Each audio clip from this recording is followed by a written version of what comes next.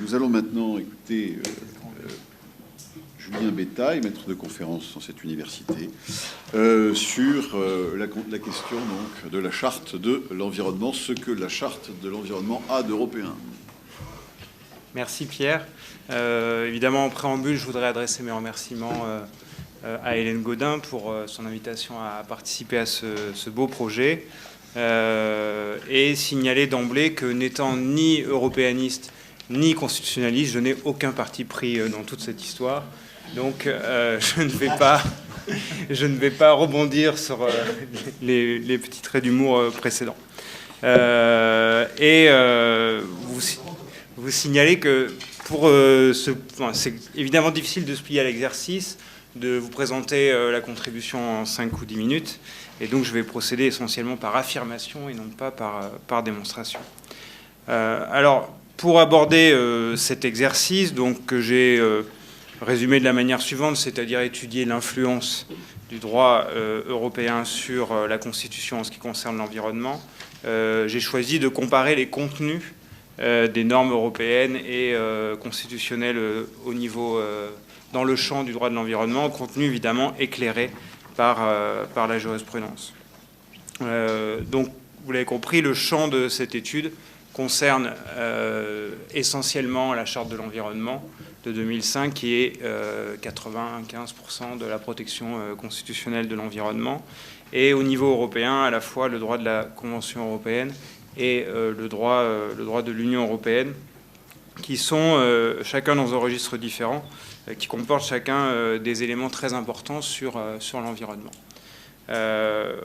Sur le plan de la méthode, j'ai aussi éprouvé quelques difficultés à être en mesure d'affirmer comme ça l'influence ou la non-influence, à l'inverse, du droit européen sur le droit constitutionnel français. Et pour, en tout cas, donner des éléments sur ce sujet, j'ai choisi de procéder de la manière suivante, en identifiant ce qui, à mon sens, sont les caractéristiques essentielles de ce texte qu'est la Charte de l'environnement, et à partir de là, d'essayer d'en faire un peu la généalogie, de voir si on peut retrouver ces caractéristiques au plan européen. Donc j'ai retenu 2 principales caractéristiques. D'abord, l'étude de la physionomie générale de la Charte de l'environnement, et ensuite on verra le contenu même de ces articles, toujours pour rechercher les influences. Au titre de la physionomie générale, d'abord la première grande caractéristique de la Charte, c'est qu'elle a, en tout cas dans l'ordre interne français, elle a procédé à la fondamentalisation de la protection de l'environnement, du moins si on en retient une approche formelle des droits fondamentaux. Elle a élevé le droit à l'environnement qui était présent au niveau législatif, elle l'a élevé au niveau constitutionnel. Et ici, lorsqu'on cherche l'origine de cela, force est de constater que c'est le président Jacques Chirac qui a voulu très expressément cette fondamentalisation. Il voulait que le droit à l'environnement soit l'égal de la Déclaration des droits de l'homme et du citoyen, ainsi que du préambule de 1946. Et surtout, avant 2005, donc avant l'adoption de la Charte, cette fondamentalisation était déjà présente en droit international, du moins à travers plusieurs éléments de soft law, et ainsi que à travers l'article 1er de la Convention d'Aarhus, signée en 1998, et qui reconnaît ce droit à l'environnement, de même que dans la jurisprudence de la Cour européenne des droits de l'homme dès 1994, avec un arrêt Lopez-Ostra qui avait non pas reconnu explicitement le droit à l'environnement, mais qui du moins l'avait fortement suggéré sur le fondement de l'article 8. Donc finalement, cette fondamentalisation, elle semble ne rien devoir du tout à l'ordre juridique de l'Union européenne.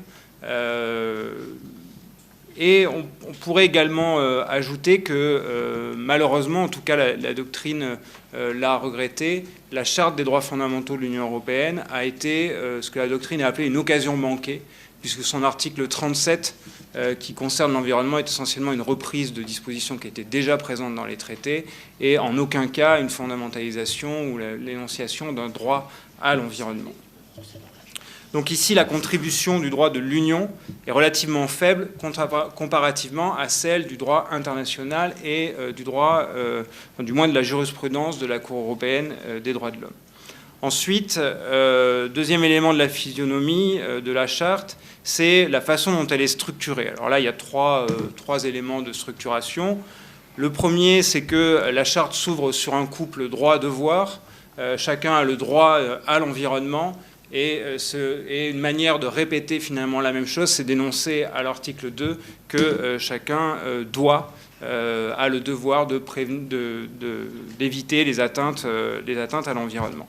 Alors ce couple droit-devoir, il est extrêmement classique dans ce domaine. On le retrouve dès la déclaration de Stockholm en 1972, ainsi que dans la jurisprudence de la Cour européenne également, puisque finalement, lorsqu'elle suggère l'existence d'un droit à l'environnement et que sur cette base-là, elle énonce des obligations positives, finalement, on pourrait y voir également un couple droit-devoir. Ce droit à l'environnement, ensuite, s'appuie sur des contreforts, c'est-à-dire sur un certain nombre d'obligations qui tendent à le rendre concret et effectif. Ce sont les articles 3 à 7 de la Charte, donc les grands principes environnementaux, prévention, précaution, réparation ou encore information et participation du public.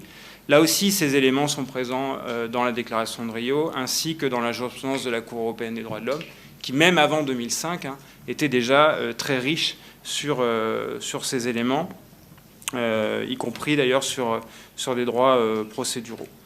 Et ici aussi, le droit de l'Union européenne, j'y reviendrai, n'a pas du tout ignoré ces éléments-là, mais n'a pas d'influence, ne retient pas ce couple droit-devoir, et pour cause, puisqu'il ne comporte pas vraiment de droit à l'environnement dans son ordre juridique. Et les contreforts en question, s'ils sont présents, c'est à travers des logiques différentes, c'est-à-dire qu'il n'y a pas de logique de fondamentalisation du droit à l'environnement dans l'ordre juridique de l'Union.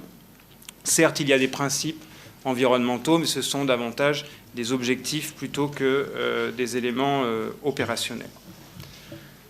Ensuite, j'en arrive au contenu même des articles de la Charte. Et là, on peut distinguer l'influence sur le contenu du texte et sur le contenu de son interprétation par le Conseil constitutionnel. Sur les deux premiers articles, donc le droit à l'environnement et le devoir de protéger l'environnement, on pourrait considérer qu'il n'y a quasiment aucune influence du droit de l'Union, mais je l'ai déjà expliqué. À signaler quand même que le droit à l'environnement est présent dans l'ordre juridique de l'Union, mais ce n'est qu'indirectement à travers le fait que la Convention d'Aarhus a été également approuvée par la communauté. Donc, on ne peut pas parler d'origine purement européenne. Bon, en revanche, sur les articles 3 à 6 de la Charte, ici, évidemment, il y a des correspondances. Je l'ai dit, les principes de prévention et de précaution étaient déjà présents avant 2005 à l'article 174 du TCE. Le devoir de réparation des atteintes à l'environnement est présent indirectement à travers une directive européenne sur la responsabilité environnementale. Les références au développement durable sont nombreuses dans les traités et dans le droit dérivé. Et pour ce qui concerne l'information et la participation du public, là, depuis très longtemps, depuis le début des années 90, on a des directives qui, sans forcément énoncer avec grandiloquence le droit à l'information ou à la participation, garantissent ce droit de manière extrêmement précise à travers un certain nombre de procédures. Enfin, l'influence sur l'interprétation. Alors ici, j'aurais un peu de difficulté à relayer l'hypothèse de circulation des solutions jurisprudentielles, etc. C'est essentiellement dû au fait que le Conseil constitutionnel est particulièrement timide dans le domaine de l'environnement. Alors il y a des QPC, certes, mais elles ne sont pas si nombreuses que cela, et en général, elles ne produisent pas d'effets très importants, en tout cas pour le moment. À signaler cependant que le Conseil a reconnu l'effet horizontal de certains articles de la Charte, ce qui était déjà présent dans la jurisprudence de la Cour dès 1994, de la Cour européenne des droits de l'homme, à travers l'arrêt Lopez-Ostra, mais vous voyez là aussi l'influence est du côté de la Cour européenne. Ensuite, en cherchant bien, on peut trouver éventuellement une influence du droit de l'Union, cette fois-ci, sur l'interprétation de l'article 7, c'est-à-dire sur le droit à la participation du public. Dans une QPC, le Conseil nous a dit que la participation du public, alors il l'a dit, enfin, c'est moi qui l'ai vu plutôt, c'est-à-dire que c'est vraiment très très implicite. Hein. Du moins, il considère que la participation du public doit être directe. C'est-à-dire que la simple participation de citoyens à des commissions administratives ne suffit pas à satisfaire le droit à la participation. Bon, alors à mon sens, cet élément-là est évident lorsque l'on lit les directives européennes sur ce sujet. Donc à mon avis, ici, voilà, pour vous faire plaisir, chère Hélène, je veux bien identifier ici une influence du droit de l'Union européenne. En revanche, un tout dernier mot, lorsqu'on regarde le principe de précaution, la situation est absolument catastrophique, puisque le Conseil constitutionnel, à mon sens, effectue ces derniers temps une interprétation irrégulière de ce principe. Alors, à la fois une interprétation irrégulière de l'article 5 de la Charte, puisqu'il ajoute une condition d'applicabilité au principe. Enfin, je ne veux pas rentrer dans le détail, mais à mon sens, c'est assez flagrant. Et du coup, il se retrouve également en délicatesse vis-à-vis du droit de l'Union, qui impose, lorsqu'on applique le principe de précaution, d'adopter seulement des mesures provisoires, ce que refuse d'entendre le législateur français et avec lui le Conseil constitutionnel lorsqu'il a validé notamment en 2014 la loi sur les OGM. Voilà, donc en conclusion, une influence relativement limitée du droit de l'Union européenne, une influence un peu plus importante et beaucoup plus claire, mais c'est essentiellement parce qu'on est dans le domaine des droits fondamentaux, une influence plus palpable donc, de la Cour européenne, toujours des influences mêlées notamment du droit international.